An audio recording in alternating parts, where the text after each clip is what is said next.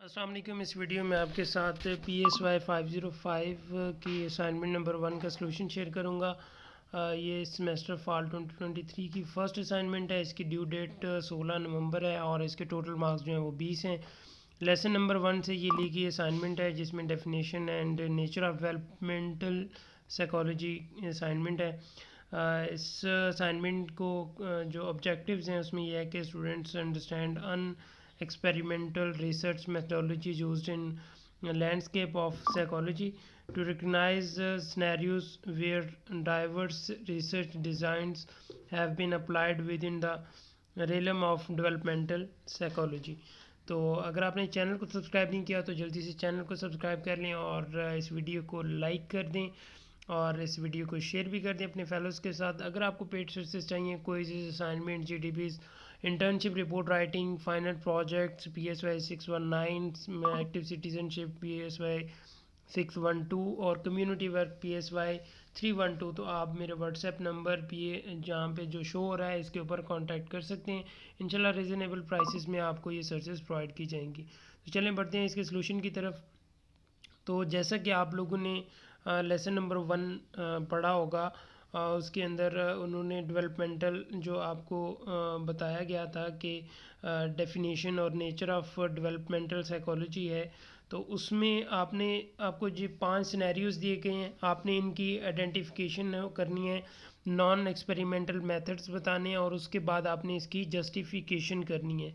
तो जैसा कि यहाँ पे पहला जो सिनेरियो उन्होंने बताया है, a developmental psychologist designed to an experiment to assess object permanence in infants. Each infant is seated in a chair in a controlled lab room with their mother present. The researcher shows the infant a toy and then covers it with a blanket. The time infant spent looking at the hidden toy is measured and an indicator of object permanence development. तो ये एक scenario उन्होंने दिया कि design psychologist जो है ना उसने एक एक्सपेरिमेंट किया जिसके अंदर एक कंट्रोल लैब, ये पॉइंट नोट करने का, कंट्रोल लैब रूम के अंदर मदर के साथ उन्होंने बिठा दिया और कुछ टॉयस उनको दे दिए और उसके ऊपर उन्होंने रिसर्च की। ठीक है, हिडन जो उन्होंने एक ऑब्जेक्ट था वो दे के उसके ऊपर ना रिसर्च की। तो ये रिसर्च को आपने जस्ट आइडेंटिफाई करना है। तो ये लेबॉर्ट्री ऑब्जर्वेशन आएगी। पहले हम हैंडआउट्स में से ये रिसर्चेस के बारे में पढ़ लेते हैं, फर्दर हमें जो है ना इनको डायग्नोज करना और इसको जो है ना आइडेंटिफाई करना ईजी हो जाएगा। जी, तो आपके हैंडआउट्स मैंने ओपन कर लिए हैं। इसके ऊपर आप देखें research methods in the study of human development. ये तकरीबन 6 उन्होंने मेथड्स बताए गए हैं। इन मेथड्स को आपने पहले देख लेना है कि ये मेथड्स होते क्या हैं, किस तरह से आपने इसको जो है ना देखना है। नॉन एक्सपेरिमेंटल मेथड्स में सबसे पहले आता है case study method. Case study method में ये होता है कि आप जो डाटा होता है उसकी कलेक्शन करते हैं, उनके नोट्स बनाते हैं, जो भी आपने केस होता है उसके बारे में स्टडी करना होता है और सिंगल केस या इंडिविजुअल केस जो है ना आप इसको लेके चलते हैं, उसकी डाटा कलेक्शन करते हैं और फर्दर जो है ना इसके ऊपर नोट्स बनाते हैं और फर्दर जो है ना आप जो भी आपकी रेलेवेंट इन्फॉर्मेशन होती है वो सारी इन्फॉर्मेशन जो है ना वो इकट्ठी करते हैं। तो इसको हम कहते हैं केस स्टडी मेथड।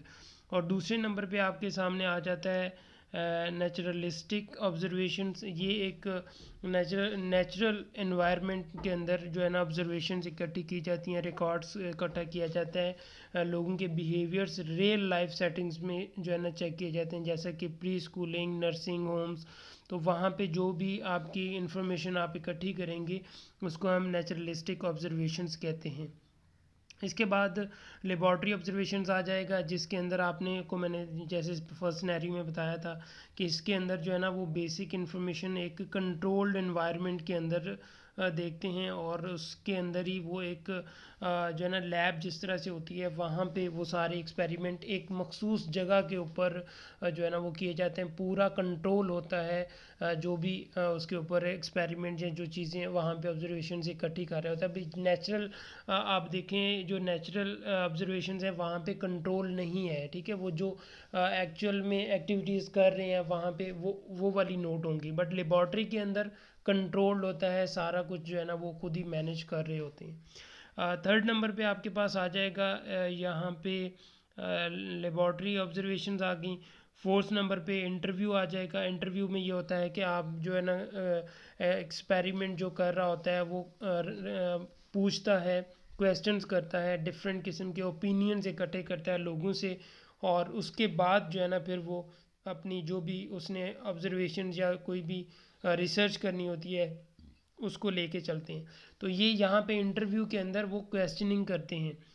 और कोरिलेशनल स्टडीज़ के अंदर होता है कि वो दो वेरिएबल्स में जो है ना वो डिफ्रेंशिएट करता है, उनका रिलेशनशिप चेक करता है, उनको डिटरमाइन करता है कि ये आपस में इनका जो है ना वो क्या रिलेशनशिप है, और उसको जो है ना वो उसके अंदर डिफ्रेंशिएट भी कर सकते हैं। तो ये बेसिकली जो है ना को रिलेशनल स्टडीज़ के आ जाती हैं। तो ये टोटल 6 इनकी जो है ना वो टाइप्स हैं जो कि आपने नॉन एक्सपेरिमेंटल मेथड्स को जो है ना वो देखना है। अभी हम देखते हैं कि इसके जो है ना जो सिनेरियोज दिए गए हैं उसमें से कौन कौन से बन रहे। जी, तो जैसा कि आपने वहाँ पे पढ़ा समझा कि कंट्रोल लैब जो है वो लेबॉर्ट्री ऑब्जर्वेशन होती है। अभी सिनेरियो नंबर 2 में देखते हैं। A developmental psychologist visits a preschool classroom twice a week to observe students' behaviors during free play.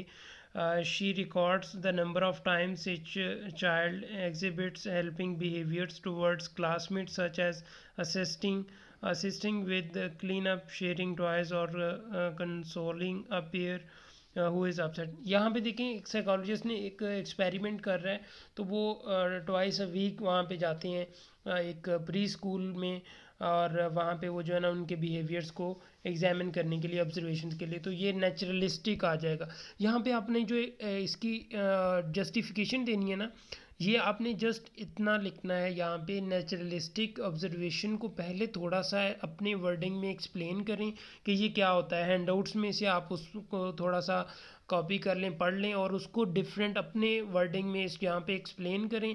उसके बाद फिर आपने को रिलेट करना है according to the given scenario, कि आपने बताना है कि ये एक साइकोलॉजिस्ट है जो कि क्लास में जो 2-3 दिन के लिए जा रही है डाटा इकट्ठा करने के लिए, तो ये ए नेचुरलिस्टिक ऑब्जर्वेशन बन रही है। ठीक है, इस तरह से अगर आप एक्सप्लेन करेंगे, जस्टिफिकेशन देंगे, तो डेफिनेटली आपके फुल नंबर आएंगे। और ये यहाँ पे मैं भी लिख सकता था, बट मैं इसलिए नहीं लिख रहा। स्टूडेंट्स कॉपी पेस्ट करते हैं, उनके 0 नंबर्स आते हैं, तो मेरे यहाँ पे बताने का कोई फ़ायदा नहीं होगा कि आपके अगर 0 नंबर आ जाए। ये आइडेंटिफिकेशन आप सेम लिख लें, इससे आपको कॉपी पेस्ट वाला कोई सिनेरियो नहीं बनेगा। थर्ड नंबर में जाते हैं। यहाँ पे doctor Ayesha is a child psychologist writing detailed notes about her new patient Alia and 11 months old infant. तो ये एक आयशा जो है ना वो डॉक्टर आयशा वो डाटा इकट्ठा कर रही हैं, राइटिंग कर रही हैं, और उनकी जो है ना वो तमाम जो डिटेल्स हैं वो सारी इकट्ठी कर रही हैं। तो ये क्या आ जाएगा, केस स्टडी मेथड आ जाएगा, कि जिसके अंदर हमने पढ़ा था कि उसमें पूरी डिटेल जो है ना हमने समझना होती है, लिखना होती है कि इनको क्या क्या मतलब पूरी हिस्ट्री आपने लेनी होती है, वो केस स्टडी मेथड आ जाएगा। फोर्थ नंबर में है A psychologist is investigating the relationship between the frequency of a child's early social interactions and their later emotional intelligence। तो यहाँ पे एक साइकोलॉजिस्ट है ना वो रिलेशनशिप चेक कर रहा है, फ्रीक्वेंसी। तो ये किस में आ जाएगा, जिसमें मैंने आपको कहा था कि 2 वेरिएबल्स का अगर आप चेक करते हैं तो वो को रिलेशनल स्टडी आ जाएगा। पहले आप को रिलेशनल स्टडी को थोड़ा सा एक्सप्लेन करेंगे यहाँ तक, और यहाँ से आगे फिर आप ये वाला केस कर देंगे according to the given scenario, नीचे दिस एंड दैट जो ये कर रहा है वो लिख देंगे अपने वर्डिंग में, तो ये आपको फुल नंबर आ जाएंगे। आगे आ जाएगा developmental psychologist is studying how children's self concept changes in middle childhood. He asks questions from 50 age students. तो यहाँ पे देखें उन्होंने एक जो है ना चाइल्ड साइकोलॉजिस्ट जो है ना वो क्या कर रहा है, डेवलपमेंटल साइकोलॉजिस्ट वो स्टडी कर रहा है उनके सेल्फ कॉन्सेप्ट्स को।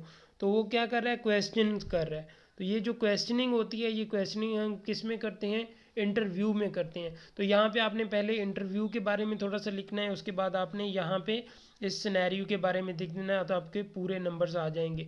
तो कुछ टर्म्स एंड कंडीशंस हैं, आपने यहाँ पे आइडेंटिफिकेशन के एक नंबर हैं और 4 नंबर आपको जस्टिफिकेशन के मिल जाएंगे। तो यहाँ पे कुछ टर्म्स एंड कंडीशंस हैं, आप इनको फॉलो कर लीजिएगा, इनको रीड कर लीजिएगा और इसके अकॉर्डिंग अगर आप सबमिट करेंगे तो आपके फुल नंबर आएंगे। इसके अलावा अगर आपको पेड सर्विसेज चाहिए तो आप मेरे इस व्हाट्सएप नंबर पे कांटेक्ट कर सकते हैं। कोई सी असाइनमेंट, जीटीबीज, final project, internship, report writing और बाकी भी आपको कोई भी और अदर सब्जेक्ट्स की भी सर्विसेज चाहिए तो वो भी हम प्रोवाइड करते हैं। वीडियो को लाइक करना कभी मत भूलिएगा, आपकी हेल्प के लिए मैं वीडियोस क्रिएट करता हूँ, आपकी सपोर्ट, छोटी सी सपोर्ट मेरे लिए बहुत हेल्पफुल होगी। चैनल को सब्सक्राइब कर लें मोर इस तरह की वीडियोस के लिए, और भी इन्फॉर्मेटिव वीडियोस में शेयर करता रहता हूँ और इसको दूसरों के साथ शेयर भी कर दें। अपना और अपने प्यारों का बहुत सा ख्याल रखिएगा, मुझे अपनी दुआ में याद रखिएगा। मिलते हैं नेक्स्ट वीडियो में, इजाज़त दीजिए, अल्लाह हाफिज़।